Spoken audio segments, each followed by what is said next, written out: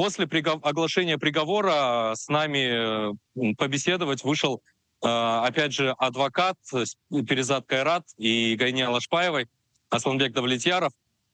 И выяснилась еще одна интересная деталь. Оказывается, в этом процессе в закрытом режиме тоже выступили некие свидетели, которые выступали в защиту Перизат. Якобы они говорили, что Перизат Кайрат действительно занималась благотворительной деятельностью, действительно она отправляла помощь пострадавшим, и они это своими показаниями подтвердили. Кто это были, их имена, их должности, вообще примерно, что это за люди, адвокат не уточнил, опять же, сославшись на то, что все это проходило в закрытом режиме, и что они именно сказали, тоже адвокат не уточнил. Позиция адвоката, позиция защиты вообще, в принципе, такая, что Перизат Кайрат ни в чем не виновата, якобы она действительно оказывала помощь, собирала деньги и отправляла их нуждающимся, просто она якобы не может подтвердить эти траты, где-то чеки потерялись, где-то другие документы она не может восстановить, чтобы доказать и отчитаться перед благотворителями, и поэтому